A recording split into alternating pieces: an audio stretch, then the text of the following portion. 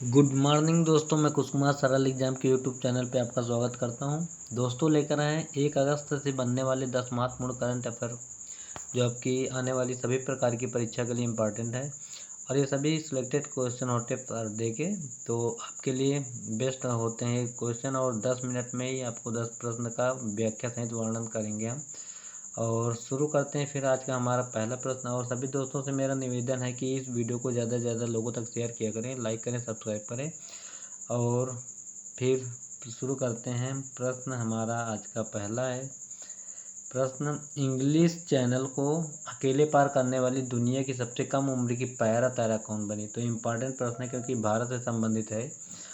शालिनी मल्होत्रा, हिना रब्बानी, जिया राय या प्रतिमा पाल? तो इसका जो सही जवाब होगा जिया राय है। जो ये बम्बई की निवासी है और इसकी उम्र महज 16 वर्ष है। ठीक। और पैरा मतलब विकलांग है किसी भी अंग से।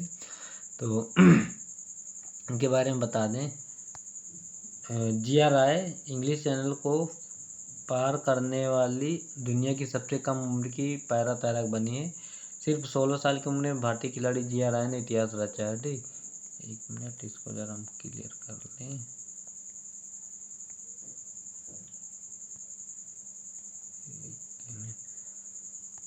और जिया राय ने इतिहास रच दिया। और पेरिस ओलंपिक 2024 में जिया राय इंग्लिश चैनल को पार करने वाली सबसे युवा पैरा स्विमर बनने का रिकॉर्ड अपने नाम किया है। और यह खास उपलब्धि उन्होंने 28-29 जुलाई को हासिल की। जिया न केवल सबसे युवा हैं बल्कि दुनिया की सबसे तेज पैरा स्विमर भी बन गई हैं। ये सबसे तेज मतलब स्विमिंग भी करती है। और आगे इसी में बात करते हैं। जिया ने इंग्लिश चैनल को इंग्लैंड के एबार्ट्स क्लिफ से लेकर फ्रांस के पॉइंट डे ला कोट डून तक 17 घंटे 25 मिनट में तैरकर पार किया। इस दौरान उन्होंने 34 किलोमीटर की दूरी तैरकर नाप ली। और जिया राय जो मुंबई की रहने वाली हैं और ऑटिज्म स्पेक्ट्रम डिसऑर्डर से पीड़ित है। अगला हमारा प्रश्न है। 1 मिनट पहले मैं इसको सही कर लूँ। 1 मिनट।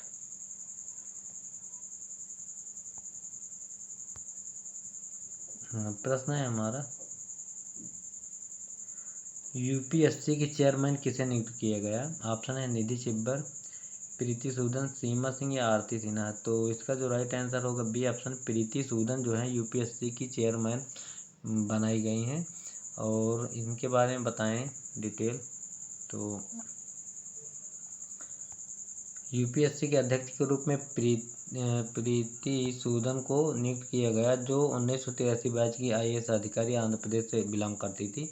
तो प्रीति पूर्व स्वास्थ्य सचिव रही हैं। वह 2022 से यूपीएससी के सदस्य हैं। और 1 महीने पहले संघ लोक सेवा आयोग के अध्यक्ष मनोज सोनी ने अपने पद से कार्यकाल समाप्त होने के पहले ही इस्तीफा दे दिया। ठीक। और प्रीति 1 अगस्त को अपना कार्यभार संभालेंगी। प्रीति ने विश्व बैंक के साथ सलाहकार के रूप में भी कार्य कर चुकी हैं। सूदन ने तंबाकू नियंत्रण के फ्रेमवर्क कन्वेंशन के कॉप 8 की अध्यक्षता भी कर चुकी हैं ये।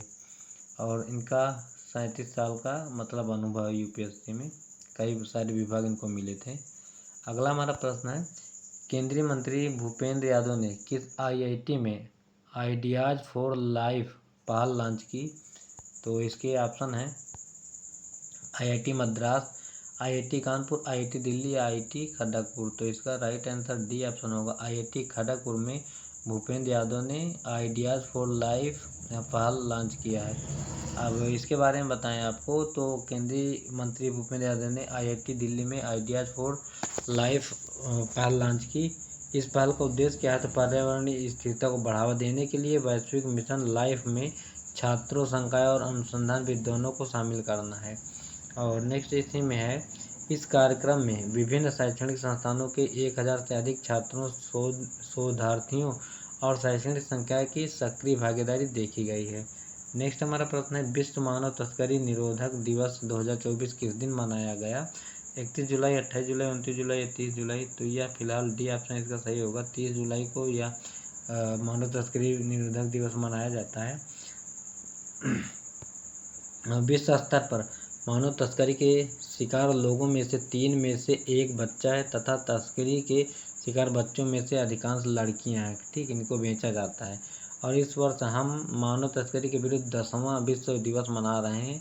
इस वर्ष का अभियान बाल तस्करी से जुड़े कारणों और कमजोरियों के बारे में जागरूकता बढ़ाने पर केंद्रित है। और राष्ट्रीय मानव तस्करी जागरूकता दिवस प्रत्येक वर्ष 11 जनवरी को मनाया जाता है।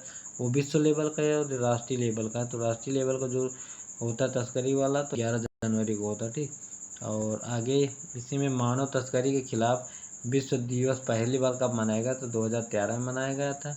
और इस साल की थीम क्या है, इंपॉर्टेंट है, पूछा जाता है। तो मानव तस्करी के खिलाफ लड़ाई में किसी भी बच्चे को पीछे न छोड़ें। ठीक, नेक्स्ट हमारा प्रश्न है, WTO की एक रिपोर्ट के अनुसार भारत डंपिंग रोधी शुल्क में वैश्विक स्तर पर कौन से देश बना, पहला, चौथा, तीसरा या दूसरा।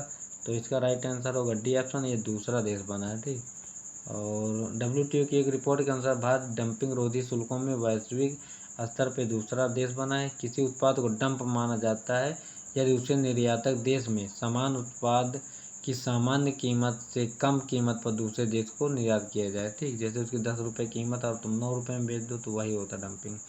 WTO के बारे में बात करें तो इसकी स्थापना 1 जनवरी 1995, मुख्यालय जिनेवा स्विट्जरलैंड और WTO के महानिदेशक कौन थे तो न्योग्जी ओकोंजो-इवेला है। नेक्स्ट हमारा प्रश्न है, किन पेमेंट कंपनियों को RBI से क्रॉस बॉर्डर पेमेंट का लाइसेंस मिला है, अमेजन पे, बिलडेस्क, आइडेन या सभी। तो इसका राइट आंसर होगा डी, इन तीनों कंपनियों को RBI से लाइसेंस मिल गया है। अब UAE के दुबई में वर्ल्ड एजुकेशन, इसका मैटर तो गलत कर दिया है बंदे ने। एक मिनट, इसका मैटर कहीं और टाइप हो गया है। 1 मिनट, कहाँ गया, ये है इसका मैटर। 1 मिनट, देखो कैसे उल्टा सीधा कर दिया। तो इसके बारे में बताएं तो अमेजन पे, आइडियन और बिल डेस्क को RBI से क्रॉस बॉर्डर पेमेंट का लाइसेंस मिला है। इससे पहले बेंगलुरु स्थित कैशफ्री ने इसी लाइसेंस को हासिल किया था। कैशफ्री को 22 जुलाई को आइडियन और अमेजन अभी हुआ है। और यह कंपनियां राष्ट्रीय स्तर पर पेमेंट के साथ साथ अंतर्राष्ट्रीय स्तर पर भी अब पेमेंट कर सकेंगी। कैशफ्री को 22 जुलाई को, आइडियन को, अमेजन को 25 जुलाई को और बिलडेस्क को 29 जुलाई को लाइसेंस मिला था। अगला हमारा प्रश्न है, 1 मिनट,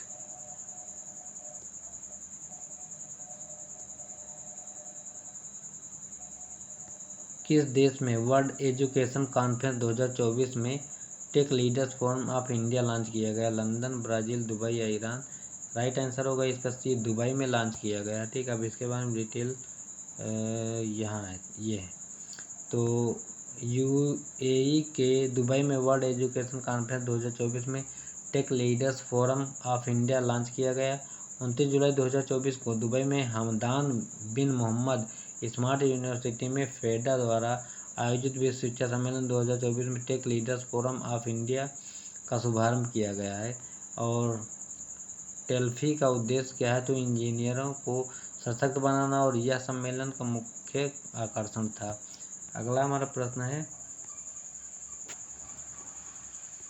किसने सुविधा सॉफ्टवेयर संस्करण 1.0 लॉन्च किया। ऑप्शन है भारतीय सेना, इंडियन नेवी, भारतीय थल सेना या भारतीय तटरक्षक बल। तो इसका राइट आंसर होगा डी ऑप्शन, भारतीय तटरक्षक बल ने सॉफ्टवेयर लॉन्च किया है। अब इसका मैटर कहाँ गया, क्या कर दिया इसने यार, आज सब उल्टा सीधा कर दिया। ये इधर है। तो भारतीय तटरक्षक बल ICG ने 30 जुलाई 2024 को आंध्र प्रदेश के विशाखापट्टनम में अपने पहले वार्षिक परिचालन समुद्री प्रशिक्षण सम्मेलन के दौरान सुविधा सॉफ्टवेयर संस्करण 1.0 का शुभारंभ किया है। और यह सॉफ्टवेयर एक अत्याधुनिक उपकरण है जिसे प्रशिक्षण प्रोटोकॉल को बेहतर बनाने तथा भारतीय तटरक्षक बल के सभी कार्य मंचों पर एकरूपता सुनिश्चित करने के लिए विकसित किया गया है। ठीक, और हमारा अंतिम प्रश्न है, 9th वाला प्रश्न है, क्रेया के मध्य वार्षिक वायु गुणवत्ता मूल्यांकन के अनुसार कौन सा शहर सर्वाधिक प्रदूषित शहर बना, लाहौर, दिल्ली, बर्निहाट या ढाका। सही जवाब इसका होगा सी, बर्निहाट जो है ये सबसे ज़्यादा प्रदूषित शहर घोषित हो गया है। तो CREA के माध्यम वार्षिक वायु गुणवत्ता मूल्यांकन के अनुसार बर्निहाट सर्वाधिक प्रदूषित शहर बना है। तो यह है कहाँ, असम मेघालय सीमा पर स्थित है। बर्निहाट भारत का सबसे प्रदूषित शहर बन गया है, जहाँ PM ये इसका मानक होता है। तो 2.7 की औसत सांद्रता 140 UG/m³ माइक्रोग्राम जो होता है प्रति घन मीटर है। और भारत के शीर्ष 10 प्रदूषित शहर में से 3 हरियाणा में, 2 राजस्थान में और उत्तर प्रदेश में 1 तथा एक दिल्ली, असम एवं बिहार में है। ठीक, और दिल्ली को तीसरे सबसे प्रदूषित शहर जहां PM 2.7 का स्तर 102 UG/m³ है के रूप में शामिल किया गया। राष्ट्रीय स्वच्छ वायु कार्यक्रम NCAP के तहत शामिल 97 शहरों में से 63 शहरों में प्रदूषण की सांद्रता राष्ट्रीय परिवेशी वायु गुणवत्ता मानकों से अधिक हो गई है। इतना प्रदूषित शहर हो गए थे। तो आज सिर्फ यही 9 प्रश्न थे। तो ये हमारे इम्पॉर्टेंट प्रश्न हैं और उम्मीद है कि यह वीडियो आपको पसंद आएगा। और इसके बाद हमारा BPSC का जो प्रैक्टिस सेट चल रहा है उसको हम डालेंगे। और उम्मीद है कि कल शायद हम UP पुलिस का भी प्रैक्टिस सेट लगाएंगे। तो जो भी समय बचा है उन लोगों के लिए प्रैक्टिस सेट के लिए तो 15-20 दिन अपना प्रैक्टिस सेट डाल देंगे तो उनकी तैयारी थोड़ा और बेहतर हो जाएगी। तो ये थे हमारे प्रश्न आज के। Thanks for watching this video. और सभी लोग लाइक सब्सक्राइब करना ना भूलें। बाय, सभी को अच्छे से पढ़ते रहिए। Thank you.